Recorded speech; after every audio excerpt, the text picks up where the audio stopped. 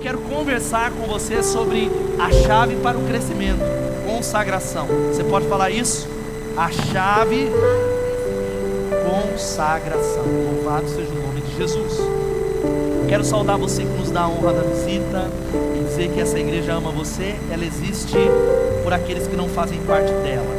Ageu está lá, ó, se te ajudar, Malaquias, último livro do Antigo, Zacarias, Ageu capítulo 1, 2 a 11, diz assim a palavra de Deus: assim diz o Senhor dos Exércitos, esse povo diz, ainda não chegou a hora de reconstruir a casa do Senhor.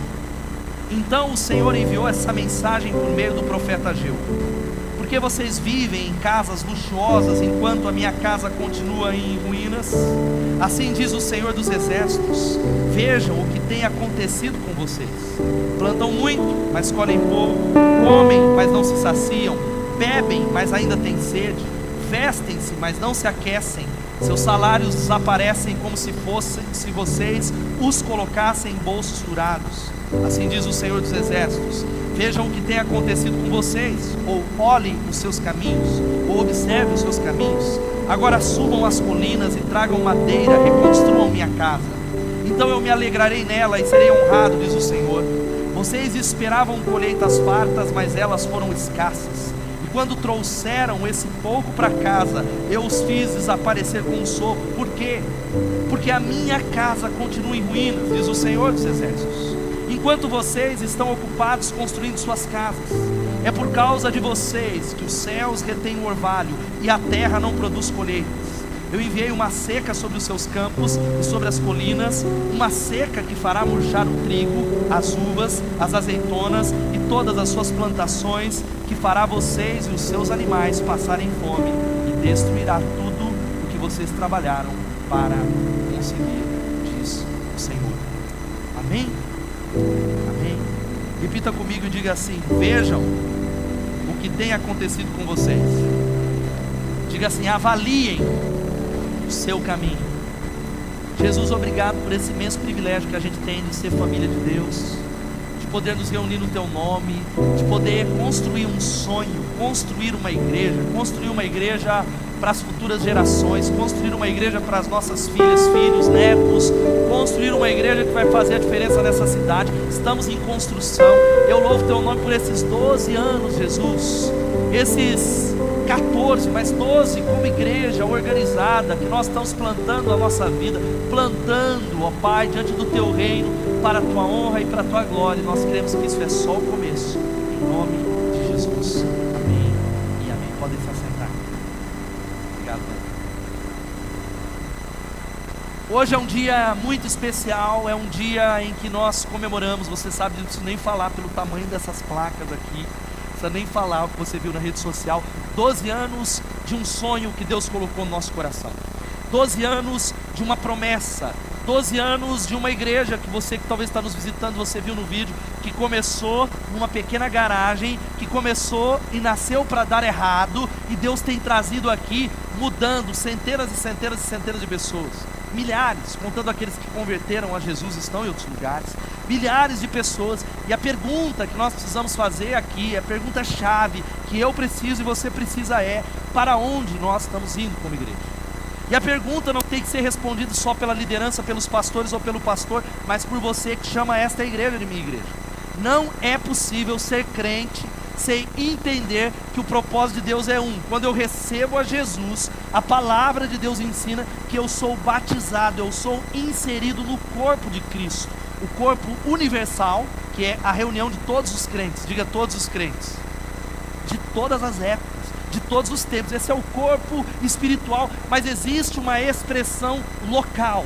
Os crentes em Jesus são escolhidos, escolhem um lugar, e é difícil dizer que se eu escolhi a igreja, ou Deus me trouxe para cá, é algo que é uma junção paradoxal do que Deus faz, mas Ele nos planta numa comunidade visível, numa comunidade local, onde nós escolhemos chamar de família, onde nós escolhemos construir e caminhar, ter a nossa peregrinação espiritual, não sozinho, mas construindo também uma igreja para as outras pessoas, para os que não gostam de igreja. E a pergunta é: para onde é que nós estamos?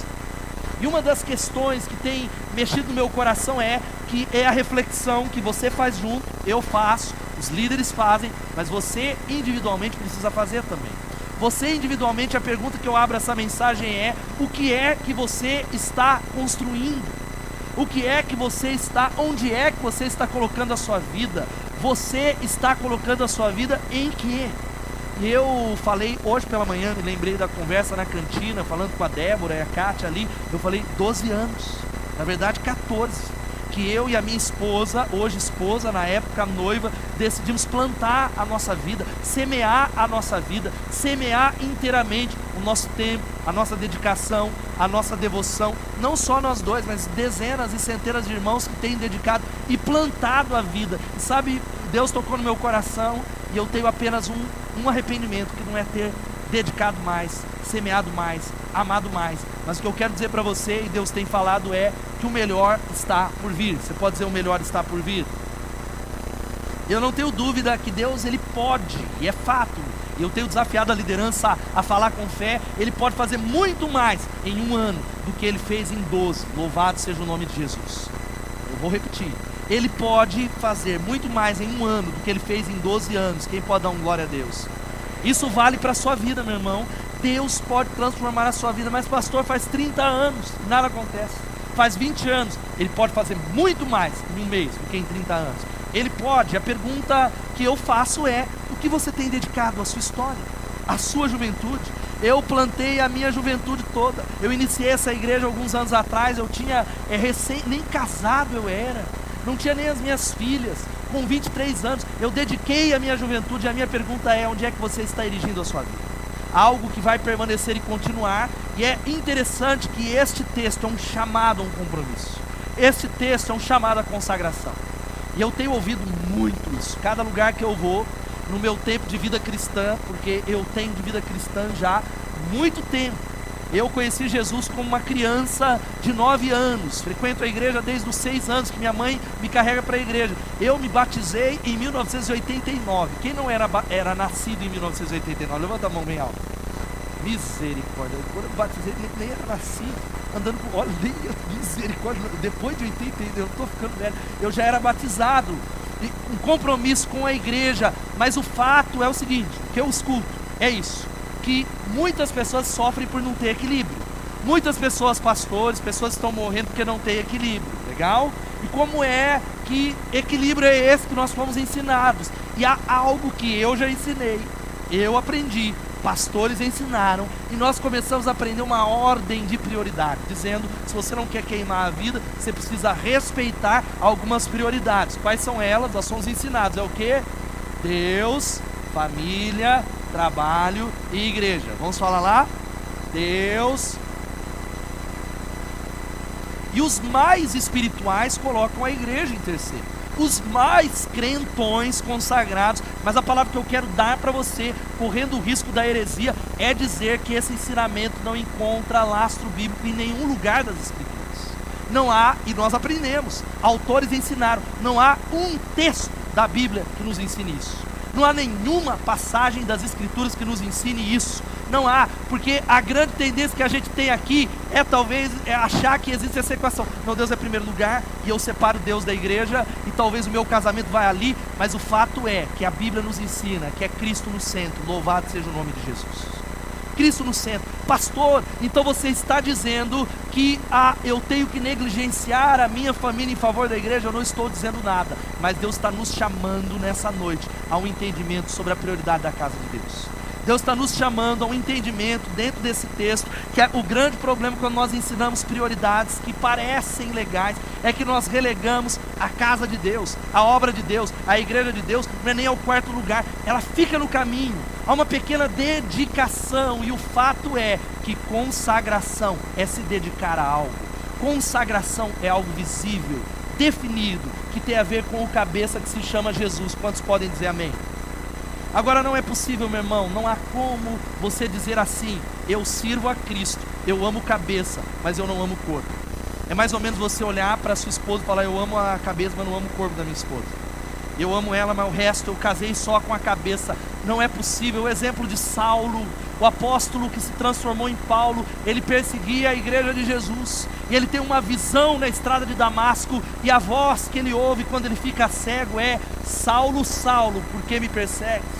Saulo, Saulo, por que me persegues? E pelo que ele ouve, e ele diz: quem és tu, Senhor? Ele diz: eu sou Jesus, a quem você persegue. Paulo nunca viu Jesus, Paulo nunca perseguiu Jesus. Ele perseguiu o corpo por entender que não é possível separar essas duas coisas. Não é possível dizer: olha, eu estou completamente consagrado a Jesus, sem que essa consagração resulte em serviço declarado e definido ao corpo de Cristo. Louvado seja o nome de Jesus. Mas a minha palavra é que você precisa entender nessa noite, uma palavra que eu disse hoje pela manhã, que não é uma palavra que eu gostaria que você fizesse como eu exortei nessa manhã, a não descartá-la. Porque a gente tem uma tendência: se é uma palavra que nos agrada os ouvidos, nós abrimos o coração. Se é uma palavra que mexe com a gente como um remédio amargo, nós descartamos. Mas o que eu desafio você é ouvir a palavra e sair daqui orando a respeito dela. Ouvir a palavra e sair daqui refletindo a respeito dela.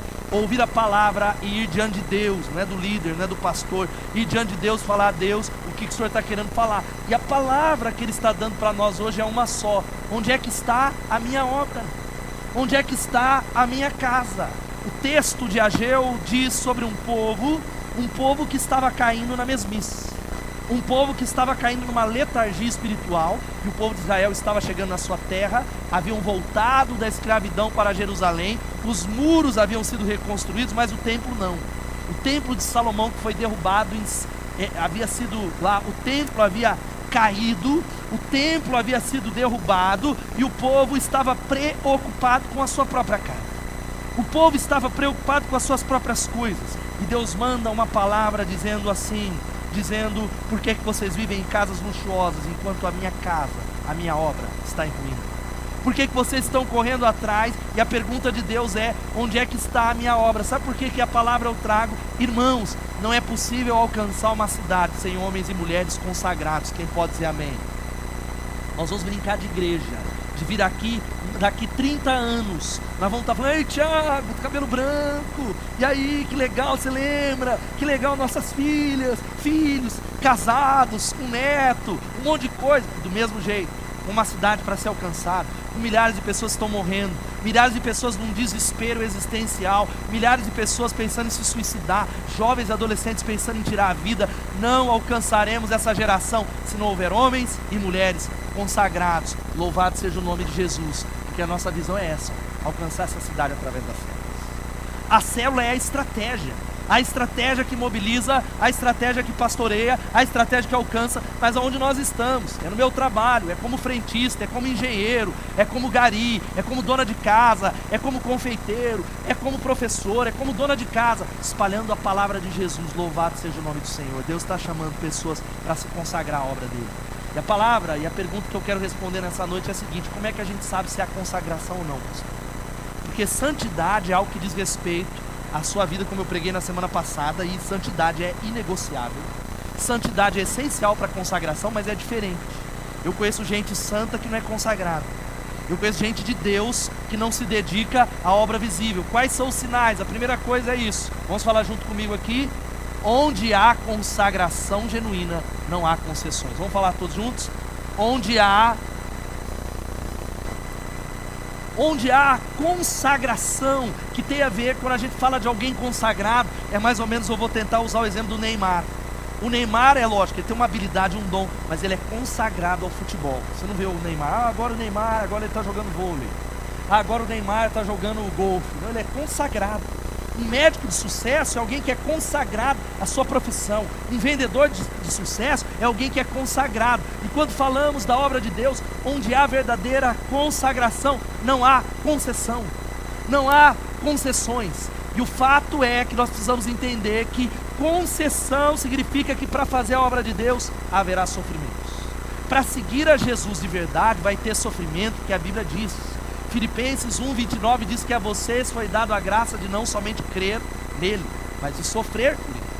não só de acreditar, não é essa teologia da prosperidade, essa teologia de vitória que não tem lastro bíblico, é entender que nós somos chamados à cruz, a sofrimento, à luta, à dificuldade, à oposição. Agora você pode servir a Deus sem sofrimento nenhum. Você pode estar escolhendo porque você não quer sofrer. Ninguém gosta de sofrer. Tem alguém que gosta de sofrer aqui? Talvez algum masoquista, alguém que está ali. Ninguém gosta de sofrer. Mas o fato, sabe como é que nós podemos servir sem sofrimento? Basta que não haja consagração à obra de Deus. Porque quando nós nos consagramos a uma causa, quando nós somos apaixonados, não existe ninguém para dizer vai além, mas as pessoas existem para nos frear. Seja fora da igreja, seja dentro da igreja, seja na nossa célula, sejam pessoas que dizem, ei, você é fanático, ei, menos, ei, desequilibrado, ei, freia. Não existe ninguém para dizer assim, vai Tiago, vai mais, planta a sua vida, dedique-se mais a Deus, dedique-se mais às pessoas, dedique-se a Jesus. Não existe. E o fato é que quando há consagração, nós seremos tidos como desequilibrados. Seremos tidos como pessoas que só pensam em Deus, porque se houver consagração, haverá pessoas resistindo você. É o caso do marido que se converteu e a mulher não, a oposição. É por isso que Jesus diz que ele veio para trazer espada. Diga assim, Jesus diz que ele veio para trazer espada. O Evangelho, Jesus diz que ele colocará irmão contra irmão, irmão contra o pai, porque seguir Jesus piedosamente significa enfrentar a oposição. É o caso da mulher que vem à igreja, o marido ainda não se converteu.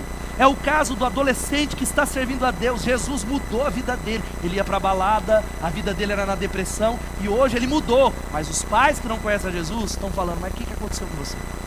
E eu me lembro, eu citei esse exemplo aqui sobre a minha mãe. Eu gosto de citar isso, eu citei pela manhã, porque quem não é consagrado, pastor, antes de eu falar desse exemplo, quem que não é consagrado então? É aquele, presta atenção, quando tem um conflito, a obra de Deus fica em segundo lugar. É aquele que quando tem um choque, a obra de Deus, e o corpo de Cristo, e a prioridade de Deus, e o reino de Deus vai ficar em segundo lugar, porque se ficar em primeiro lugar, vai ter problema. Então eu não quero ter problema, ficará em segundo lugar. E a minha mãe, eu já citei isso muitas vezes, ela está ali atrás, muitos conhecem. Com 6 anos, eu tinha 6 anos de idade, com 4 meninos lá, pequenos, ela tomou uma decisão de servir a Jesus, seguir a Jesus, e meu pai fazia oposições. Ele não serve ainda, não serve a Deus, e ele falou, não quero que você vá à igreja, eu não concordo que você vá à igreja. E a minha mãe, por ser consagrada à obra de Deus, não fugiu do conflito. Ela disse, importa obedecer a Deus que aos homens. Amo você, mas eu vou servir a Jesus. Isso mudou a história da minha vida, da minha família, das minhas filhas, dos meus irmãos. Louvado seja o nome de Jesus. Quem pode dizer amém? Mas há muitos de nós que damos conselhos tais como, não vá para o culto não vá para a célula. Melhor você ficar bem em casa, assiste o culto na internet. Olha, Tiago, não faça aquilo. Parece um conselho muito sábio, um conselho de bom senso. É um conselho realmente sábio, mas que não tem base na palavra de Deus, que não tem base naquilo que o Evangelho vem trazer. Porque, gente, completa consagração sempre foi o problema dos homens que foram usados por Deus. Se você quer ser usado por Deus e lembrado, consagre a sua vida. Se você quer deixar um legado, consagre-se completamente. Porque o problema dos grandes homens de Deus era a consagração. O problema dos apóstolos, o problema de Paulo era que ele era consagrado. O problema de Pedro e dos discípulos é que ele era consagrado. Quem não é consagrado não tem problema nenhum. Quem não é dedicado à obra de Deus não tem problema com o mundo, não tem problema nem com o diabo. É por isso que tem muita gente que começa a avançar na obra de Deus e acha que piorou. É por isso que tem muita gente que diz, pastor, antes minha vida era maravilhosa, eu só fui seguir Jesus, é só bala de canhão, é rojão, é aquilo. Porque o fato é que há oposição. E a pergunta que eu faço para você nesse nível de consagração é muito simples. Você é frio, querido, ou quente? Você é frio ou quente?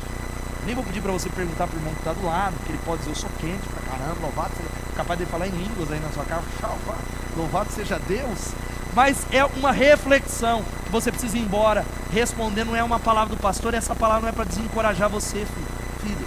Essa palavra é para você avaliar no altar. É uma palavra de conserto. Jesus, olhando para as igrejas da Ásia e as cartas que foram escritas àquelas igrejas da Ásia Menor, ele diz algo muito sério. Ele diz, eu conheço as suas obras, eu sei que você não é frio nem quente.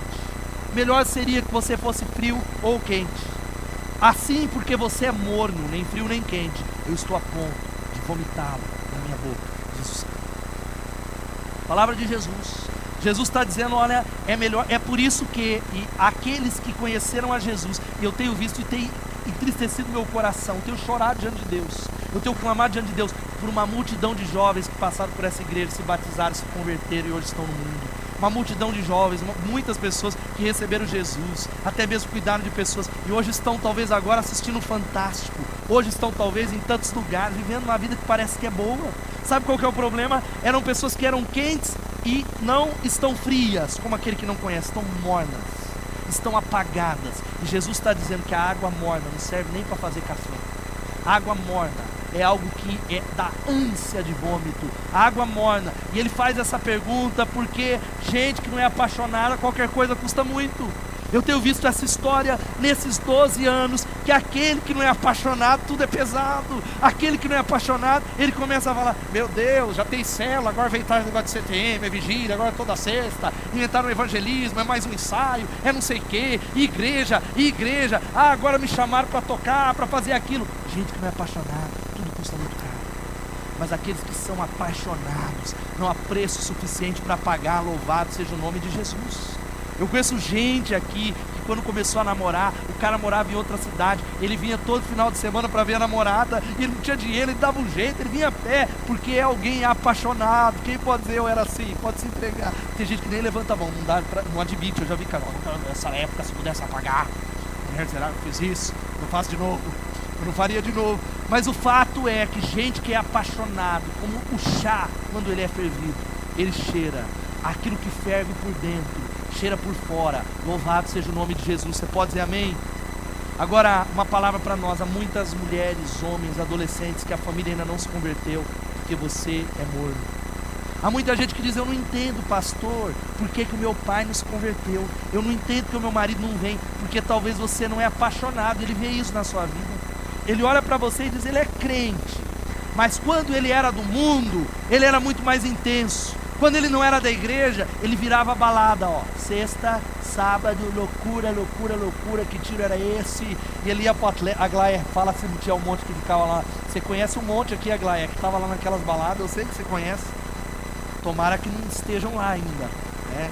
Louvado seja Deus. Mas era gente que virava antes, mas recebeu Jesus, amansou de tal maneira que tudo é sacrifício, querido. A consagração, eu trago essa exortação, porque nós vamos ganhar pessoas, nós vamos fazer a diferença. A consagração é o segredo de tudo, é a chave para a conquista da nossa geração. Louvado seja o nome do Senhor. Nós alcançaremos pessoas através de uma geração de homens e mulheres apaixonados. Quem pode dar um glória a Deus? Porque a obra de Deus é alimento, gente. A obra de Deus a gente não pode se esquecer, porque muitos de nós estamos engasgando com a obra de Deus. Há muita gente se queimando na obra de Deus, porque não entendeu que a obra de Deus é alimento. Dá um glória a Deus.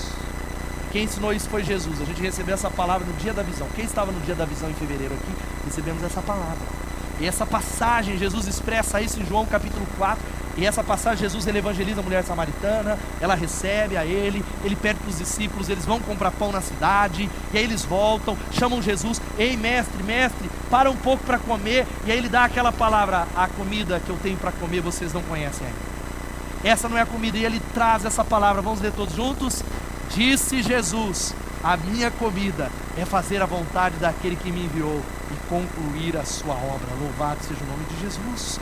Quando a gente entende isso, quanto mais nós servimos, mais nós nos alimentamos. Quanto mais nós doamos, mais nós entendemos o Evangelho. Quanto mais nós amamos a Deus e amamos pessoas, é alimento que faz a gente crescer. E eu tenho falado para muitas pessoas que antes de Jesus, aí você fala: mas como que eu vou dar conta, pastor? Tenho família, tenho faculdade, tem Netflix, tem WhatsApp, tem sei lá, peteca que eu jogo de sexta-feira, tem não sei o que, eu não consigo dar conta. E eu conheço tantas histórias dentro dessa congregação de gente que não vinha à igreja por causa de tempo, não ia à célula porque não tinha tempo, não ia para o CTM que não tinha tempo, não vinha para isso, mas quando recebeu Jesus, Deus transformou as prioridades de tal maneira, e muitas dezenas e centenas de pessoas entenderam que a obra é alimento. E hoje eu olho para alguns que um ano atrás não vinha por isso, hoje está envolvido com a célula, está envolvido com isso, está dando casa de paz, está fazendo aquilo. E eu perguntei para um discípulo nessa semana, eu falei: cara, que está acontecendo com a sua vida? Você está tendo tempo com as suas filhas? Você está envolvido, está no CTN, terminou, está dando casa de paz, está na célula, está no culto, não falta envolvido com projeto social. E as suas filhas? Eu tenho dado tempo mais e mais para minhas filhas, antes eu não dava. Eu estou conseguindo dar tempo mais e mais para minha família, porque a obra de Deus os alimenta. Deus os capacita a respeitar as prioridades. Deus os capacita no poder do Espírito Santo a suprir tantas áreas que estão sendo negligenciadas hoje. Quem pode falar amém?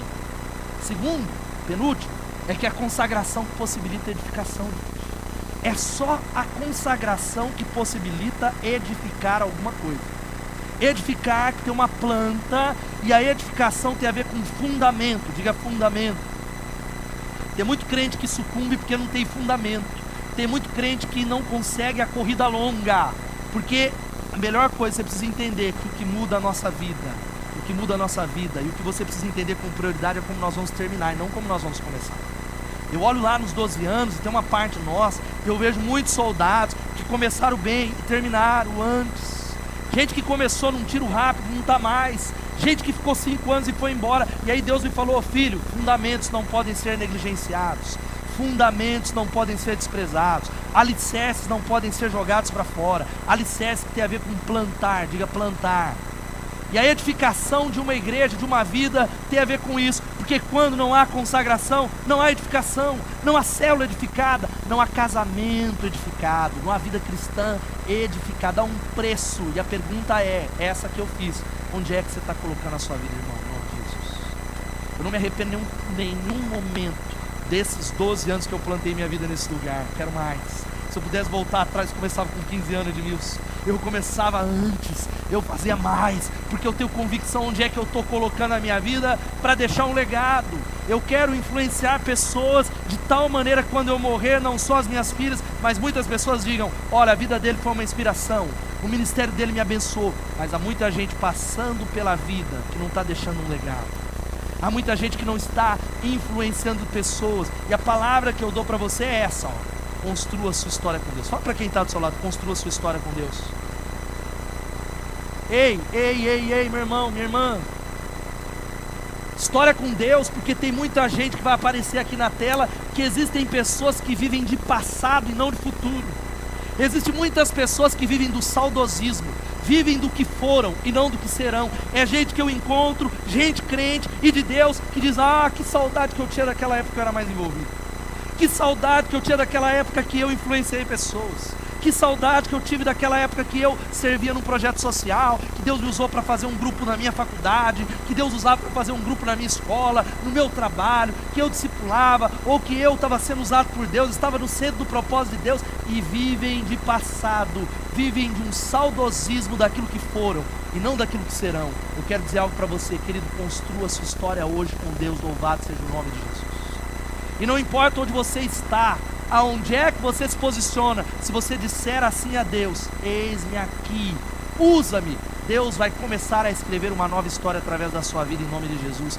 Não importa o buraco onde você está, não importa a quantidade de pecados que você tem convivido, Deus é um Deus de novas chances e de novos começos. Louvado seja o nome de Jesus. Aplauda Ele por essa palavra, filho. Ah, pastor, mas semana passada eu estava de joelho aqui no altar, eu chorei, mas eu pequei pra caramba nessa semana. A boa nova do Evangelho: Deus nunca é hipócrita, mas Ele diz: filho, é uma nova chance. O tempo se chama hoje. O tempo se chama hoje. Porque aqueles que se consagram, eu já falei, vão enfrentar oposição e perseguição. Eu tenho pensado muito nisso e pensado que o mundo não persegue mais a igreja. Você já parou para pensar? O mundo não persegue mais a igreja. A igreja é palatável e nós queremos ser uma igreja relevante. Quantos creem que a Bethesda é uma igreja relevante? Diga amém. Que vai dialogar, a gente quer crescer, está inserido na cultura, queremos. Mas a linha tênue entre ser relevante e se conformar ao mundo é muito tênue. A linha é tênue. E eu tenho visto pessoas que perderam a voz profética. É gente que diz assim: pastor, fala de orfandade, fala de tráfico sexual, fala disso, daquilo, mas não fala de aborto, não fala de homossexualidade. Não fala de feminismo, não fala dessa área, fala de tudo, fala da África, fala de morador de rua, mas não fala, não se posiciona, porque nós não queremos ser perseguidos pelo mundo. E nós nos esquecemos que o mundo jaz no maligno. Diga assim comigo: o mundo jaz no maligno. Querido, se o mundo é o mesmo, e os discípulos foram perseguidos e nós não somos, alguma coisa muito errada com o tipo de cristianismo que nós temos vivido. Há uma coisa muito errada com o tipo de fé que nós temos. E Deus, Ele está nos chamando dentro desse texto, falando assim: ei, filhos, onde é que está a minha casa? Enquanto vocês se preocupam com a casa de vocês, e quantos querem ter uma boa casa, digam amém. Não, pode falar a verdade, eu quero uma boa casa. Levanta a mão bem alta, uma boa casa, não tem nada de errado. O problema não é ter uma boa casa, é olhar para a sua casa e esquecer da casa de Deus. É cuidar somente daquilo que vai passar e esquecer daquilo que vai permanecer. Porque quando Deus chamar o Tiago e a Kátia, me levar lá, a casa que vocês têm lá não vai subir com vocês, irmãos. Quando Deus chamar você e Jesus voltar, essa casa que você está apainelando, lustrando, vai ficar aqui para o anticristo, para os seus demônios, para todo mundo. Então, apóstolo, vamos lá, o MST do diabo, movimento do sem, vai tomar conta, não vai subir, não vai ficar. Então Deus está dizendo: cuida sim da sua casa, cuida das suas coisas, mas não esqueça da minha alma. Não esqueça daquilo que é mais importante, porque ninguém edifica nada de valor para Deus sem muito trabalho. Gente, nós queremos, o Evinho vai subir já aqui, trabalhar no descanso. Diga assim, ó, não precisa nem repetir, você vai só ouvir. Nós precisamos aprender a trabalhar na graça. Que tem de crente culpado nessa igreja, em nome de Jesus, seja quebrado agora na autoridade de Jesus. É crente carregando um peso nas costas, que Jesus falou: filho, troca o jugo, filho, eu coloquei na cruz. Nós precisamos andar na graça, tomar posse da graça, tomar posse da vida abundante de Deus, dar uma glória a Deus. Só que o fato de descansar, trabalhar no descanso, não significa que não tenha muito trabalho, porque edificar uma igreja, muito trabalho. Edificar algo de valor para Deus, eterno, é lágrimas, suor, conflito, batalha espiritual, noite sem dormir, tempo de oração, tempo de busca, tempo de abrir mão, às vezes do meu descanso, em favor de alguém que precisa de uma ministração. Ninguém edifica nada para Deus. Agora, qual é o problema? Muita gente tem medo do sacrifício. Hoje o sacrifício para o povo de Deus é vir em 2 cultos. Já viu? Tem até líderes que eu falo: você vem nos 2 cultos, o cara só falta pegar o sax e tacar na minha cabeça. Está amarrado, pastor, em nome de Jesus? A minha missa é das 10, eu não vou das 19? Porque o meu culto é aquele. Ai de você se pedir para um irmão sair do conforto e falar para alguém: ô irmão, você pode servir no das 10 também? Como assim, pastor? Pensando que eu sou fanático? Eu já vou no meu. É a minha missa lá, eu vou e só. Sabe qual que é o problema? Quem teme o sacrifício não está pronto para a guerra. Vamos falar isso? Agora sabe por que nós estamos numa guerra, queridos? Sabe por que essa palavra, que eu não quero que você descarte, que ela é pesada? É por causa dos milhares que estão indo para o inferno sem Jesus. E pela manhã eu confidenciei que eu tenho pedido a Deus para molhar os meus olhos. Eu confidenciei, e Deus é testemunha junto com a minha família. Eu tenho ajoelhado e orado assim: Jesus, molha os meus olhos, Senhor. Jesus, por favor, constrange o meu coração. Jesus, por favor, eu não me esqueço que a razão porque eu sou um pastor é os perdidos. A razão porque o Senhor me chamou é quem não conhece a Deus. A razão é levar a esperança. Leve esperança. E nós nos esquecemos disso, gente. Estou salvo, sentado, satisfeito. É o crente SSS, é o partido sentado, salvo, satisfeito. Falamos de Jesus. Não entendemos essa urgência. Não entendemos isso. Eu me lembro de Charles Studd. Charles Studd foi um dos grandes missionários que plantou a vida na África, moldou o movimento missionário mundial. E eu me lembro, veja só, e eu não estou falando que você traz sua família junto, irmão, amém? Eu estou plantando minha família na obra de Deus. Deus não está falando para você deixar sua família, mas Charles Studd fez isso. Ele casou com uma mulher, e naquela época não havia essas possibilidades. Ele via ela só de cada 6 meses. Olha que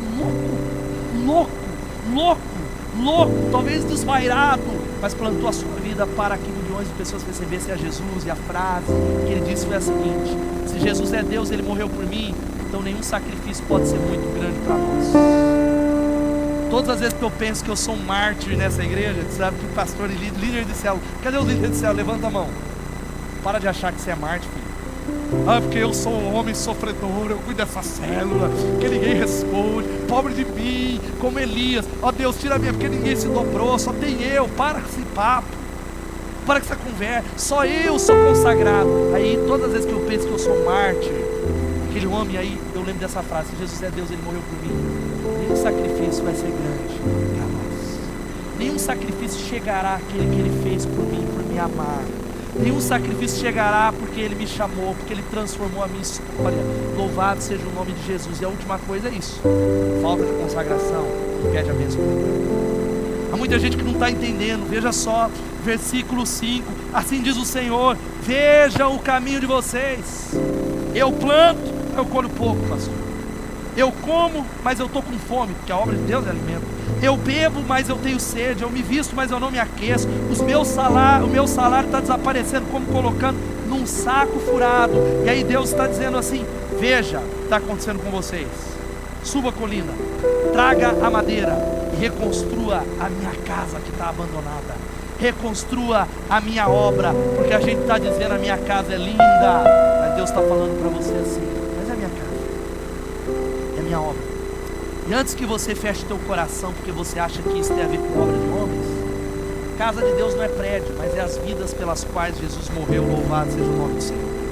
Porque esse lugar aqui ele é legal, a gente quer pôr quadra, a gente vai fazer, porque isso aqui é um centro de treinamento, onde a gente vem ser treinado, a gente se encontra, a gente recebe uma palavra, mas isso aqui não é a igreja. Aliás, o dono desse lugar aqui é o Teixeira. Não sei nem se ele está aqui, tem um dono, não é do Bethesda. Tem o Teixeira, Deus salva o Teixeira lá onde ele está, em nome de Jesus. Mas mesmo que o Teixeira falasse, é de vocês, a casa de Deus, nós somos o templo, você é o templo do Deus vivo. Louvado seja o nome de Jesus. Você pode dizer amém? Agora eu fecho essa palavra dizendo, chegando para o final, que há uma promessa que muda a nossa história e vai mudar nosso entendimento quando praticar essa palavra. Busquem em primeiro lugar o reino de Deus e a sua justiça. Todas estas coisas lhes serão acrescentadas. Louvado seja o nome de Jesus. Jesus está dizendo um negócio para todos nós que estamos aqui, para o Evinho, para cada um. Gente, vamos fazer uma troca. Cuida das minhas coisas que eu vou cuidar das suas. Cuida da minha obra, faz a minha obra, que eu vou acrescentar. Porque o fato é que a gente precisa entender que cada um aqui tem uma obra. O nível de consagração do pastor, eu quero modelar e dizer: ei, vamos mais, mas é minha consagração. A consagração é individual. A consagração, a obra é individual, mas a renúncia é para todo mundo. Você entendeu? Por isso que você tem que receber essa palavra e não falar: nossa, tacou na minha cabeça. Não, porque a consagração é muito individual, é de cada um. Agora a renúncia, diga: a renúncia é para todos. Por isso que Jesus, ele fez algo, e a banda vai subindo já aqui. Então ele chamou a multidão e os discípulos. Eu já preguei isso, é multidão e discípulos. Chamou os dois. Ele falou assim: se alguém quiser acompanhar-me, negue-se a si mesmo, tome a sua cruz e siga-me. Louvado seja o nome de Jesus. Você quer me seguir, diz Jesus? Você quer ser meu discípulo? Você quer andar? E a Bíblia conta que no texto paralelo em João, ele falou essa palavra e a multidão falou assim: duro é esse discurso, quem pode ouvir? Dura esta palavra, quem pode ouvir? E pessoas já não acompanhavam mais Jesus, abandonaram a ele, deixaram de seguir Jesus. E aí ele continua dizendo assim, e esta é uma palavra poderosa: quem quiser salvar a sua vida perderá, mas quem perder a vida por minha causa e pelo Evangelho a salvará. Louvado seja o nome de Jesus. Eu quero, se for para perder a minha vida, que ela seja queimada pela obra de Deus. Eu tenho falado com as minhas filhas, ensinado, falado com a minha esposa, que a nossa vida seja queimada no altar, em sacrifício em favor de outras pessoas. Que a nossa vida seja sacrificada e queimada em favor daquilo que vai permanecer. Porque ele falou assim: quem perde, agora quem quer guardar a vida. Tem muita gente guardando a vida assim, ó. Gente guardando a vida, falando: eu não vou porque eu vou cuidar da minha família. Eu não vou. Está perdendo família, está perdendo juventude, está perdendo emprego. Porque tem um negócio aqui, ó. Se você busca ele, presta atenção, que louco. Por que ele não colocaria suas coisas como prioridade dele? Porque ele falou: se você busca ele, ele falou que quem busca em primeiro lugar o reino e a justiça, ele vai acrescentar. Por que cargas d'água, como diz, você acha que ele não vai priorizar as suas coisas? Por que você acha que ele não vai cuidar do seu casamento? Ele vai cuidar melhor do que você das suas coisas. Você pode dizer amém? Ah, pastor, então eu vou abandonar meu emprego, vou vir aqui para a igreja só orar. Nada disso. Então estou abandonando, chutando, já não queria esse trabalho, eu agora entendi. Vou ficar só no sofá, descansando. Não é isso. Você vai trabalhar, só que você vai entender que depende de você mais. Você vai priorizar o que é importante, dizendo: Deus, cuida do meu casamento, cuida da minha família. Louvado seja o nome de Jesus. Agora, quando você escolhe cuidar das suas coisas, você perde a oportunidade de experimentar a chuva do céu. Por isso que Deus, Ele olhou e falou para nós aqui, queridos, a gente vai orar. Fica de pé no seu lugar, meu irmão. Ele diz assim: vocês esperavam colheitas fartas, não esperavam? Vocês esperavam que 2017 fosse ano da abundância, mas eu fiz tudo desaparecer, foram escassas a colheita. Por quê? Porque a minha casa não é prioridade para você. A minha casa continua em ruína. Vocês estão preocupados com a sua casa, e é por causa de vocês que os céus retêm os orvalhos, o céu retém a chuva. Sabe o que isso quer dizer, gente? O Brasil entrou numa crise por causa do povo de Deus. O Brasil entrou numa crise porque tem 40 milhões de evangélicos cuidando da sua casa, não da obra de Deus. 40 milhões de, não todos, mas 40 milhões de religiosos, gente que canta música gospel, de gente que é contra coisas exteriores, tatuagem, aquilo, mas que não vive uma vida consagrada a Deus. E aí Deus reteu a chuva. Mas eu creio que Deus está mudando essa história e levantando uma geração do avivamento. Louvado seja o nome de Jesus. Você pode dar um glória a Deus? Deus está levantando uma geração, Deus está levantando um povo, e muitos estão perdendo aquilo que querem manter. O que está na tua mão? Deus está falando para nós aqui: ei, entrega para aquele que vai cuidar, entrega para aquele que vai multiplicar. E eu fecho com esse versículo que dói, o versículo que daqueles que, se a gente puder, que a gente gosta de versículo de fé. Olha o que Jesus fala, vamos ler todos juntos. Se alguém vier a mim e não aborrecer a seu pai e mãe, e mulher, e filhos, irmãos e irmãs, e ainda também a sua própria vida, não pode ser meu discípulo. E a palavra aborrecer aqui é amar menos. Jesus está dizendo: se alguém quer vir a Ele e não amar menos pai, mãe, mulher, filhos. Quem tem filho aqui? Que tem mulher que fala: ah, meu marido deixa em segundo plano, esse eu aborreço, não menos. Mas meus filhos, pastor, bota meu marido para fora de casa, meus filhos não. Ela não é a mulherada, você tá ligado? Tem um monte de homem falando: pastor, fala com aquela mulher, ela esqueceu de mim. Que a mulher chuta eu da cama, dorme com os filhos, o casamento está acabando. Oh, pastor, fala para ela, Jesus está falando que até os filhos a gente ama menos que Jesus, irmãos e irmãs. Também a nossa própria vida. Você quer colher coisas grandes? Planta o que não plantou, viver o que não viveu, faça algo novo, faça algo diferente. O que é importante para você, gente? Essa é a oração que você vai responder agora. Mesmo que você não venha à frente, antes de ir embora, você está louco, disparado. Eu estou louco para ir para minha casa, apalanelado. Louco para ir para minha casa. O que é importante para você de verdade? O que é prioridade? O que é prioridade? Alguém deseja essa vida de multiplicação e crescimento? Quantos podem dar glória a Deus? Nós vamos cantar essa canção e eu não posso deixar. Vocês já tomaram uma hoje cedo no Ministério do Louvor, né? Só falou: pô, pastor, pegou pesado com a gente hoje cedo.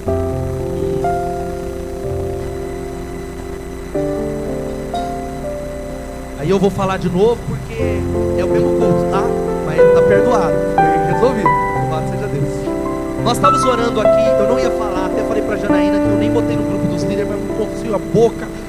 Aí nós viemos orar, sexta, a última sexta, toda sexta tem oração, mas a última sexta é vigília, convocando liderança, porque tem mais de 100 líderes de célula, mais de 100 voluntários. E a gente tem falado que o avivamento virá da oração. Quantos creem nisso? Diga amém. O último tinha 100. Na última sexta-feira tinha 10, 12. Eu confesso que eu fiquei tão triste. Tiago sabe, já me atacou os demônios. Falei: sai, Satanás. O importante é que Jesus está aqui, nós estamos orando, louvado seja Deus. Aí eu orei ali. Deus me deu uma palavra para a minha vida em primeiro lugar e para cada um de nós. Deus falou assim: filho, sabe por que a Bethesda não está rompendo? Sabe por que tem célula que não está multiplicando?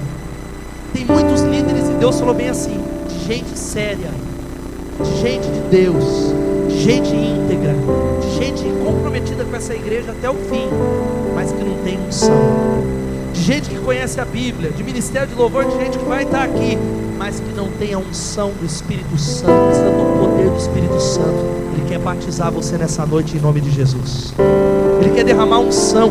Basta você reconhecer. E eu falei: Deus, unge de novo, unge Jesus. Eu não vou liderar a célula sem unção, não quero ministrar louvor e pregar sem unção. Enche a minha vida. Eu não quero cuidar da minha casa sem unção. Você precisa dizer: Deus, enche. Aí eu lembrei, que a palavra não era nova. Deus falou: filho, esqueceu? Você mesmo esqueceu que o primeiro culto de líderes, quem estava aqui no primeiro culto de líderes do ano? Noite da visão, melhor falando. Você até esqueceu, a palavra que eu preguei tinha um tema: Espírito Santo, Espírito Santo, Espírito Santo. Aí nós vamos cantar essa canção e eu quero convidar você a um pacto de consagração agora. Sabe o que você vai fazer, querido? Ou você vai se ajoelhar aí no seu lugar, ou você vai vir aqui à frente. Mas enquanto a gente canta essa canção, se você é alguém que diz: pastor, eu quero céus abertos, eu quero que o céu não fique mais retido, eu quero o vinho de Deus, a graça de Deus sobre essa cidade, eu estou consagrando a minha vida mais uma vez, eu quero um novo nível de consagração, em nome de Jesus. Você vai sair do seu lugar e vir aqui, enquanto nós cantamos e adoramos a Deus. Vamos fazer isso.